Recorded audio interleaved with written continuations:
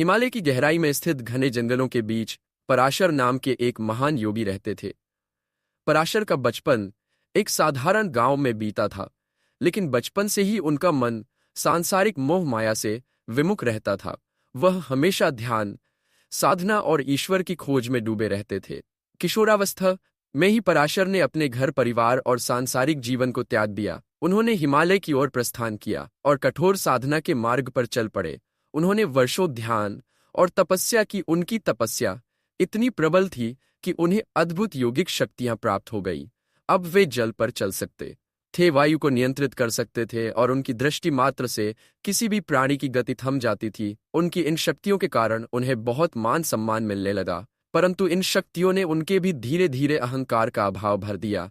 एक दिन योगी पराशर ने तीर्थ यात्रा पर जाने कंच किया। यात्रा के दौरान व्यक्ति जब वारी नदी के किनारे पहुंचे, वहां उन्होंने देखा कि एक मल्लाह अपने परिवार के साथ भोजन कर रहा था। पराशर ने मल्लाह से कहा, मुझे जल्दी से नदी के पार ले चलो। मल्लाह ने विनम्रता से कहा, महाराज कृपया थोड़ा समय दें, मैं पहले अपने परिवार के साथ भोजन पूरा कर लूं, फिर आपको नदी पार करा दूंगा। मल्लाह की इस बात को सुनकर पराशर क्रोधित हो गए। उन्होंने उसे धमकी देते हुए कहा, अगर तुमने मुझे तुरंत नदी पार नहीं कराई तो मैं तुम्हें श्राप दे दूंगा। योगी की धमकी सुनकर मल्लाह की लगभग 52 वर्ष की बेटी आगे बढ़ी। उसने साहस के साथ कहा, महाराज आप क्रोधित न हो, मैं आपको नदी पार करा देती हूं। उसने जल्दी से नाव को किनारे लाया और योगी से उसमें बैठने का आग्रह किया। पराशर को उसका साहस देखकर थोड़ा अचंभा हुआ, लेकिन वे क्रोधित ही रहे। जब नाव नदी के बीच में पहुंची तो योगी पराशर ने उस लड़की से कहा, तुमने मुझसे बिना डरे कैसे बात की? क्या तुम जानती हो कि मैं कौन हूं?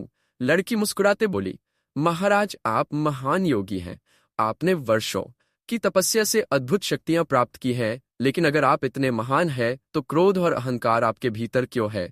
योगी को यह सुनकर झटका लगा। उन्हें पहली बार एहसास हुआ कि उनकी शक्तियों ने उनके भीतर अहंकार को जम दिया है। उन्होंने अपने क्रोध और व्यवहार पर ध्यान दिया और महसूस किया कि वह सत्य के मार्ग से भटक गए थे। नदी पार करने के बाद योगी पराशर ने मल्लाह और उसकी बेटी को धन्यवाद दिया। उन्होंने स्वीकार किया कि उस लड़की की सरलता और साहस ने उन्हें उनकी भूल का एहसास कराया। उस दिन से पराशर ने अपने अहंकार का त्याग कर दिया और फिर से सच्चे योग और साधना के मार्ग पर लौट आए। उन्होंने यह समझ लिया कि शक्ति का असली अर्थ दूसरों की सहायता और सेवा करना है, ना कि स्वयं को श्रेष्ठ समझना। इस घटना ने योगी पराशर के जीवन को पूरी तरह बदल दिया और वे सच्चे अर्थों में एक महान योगी बन गए।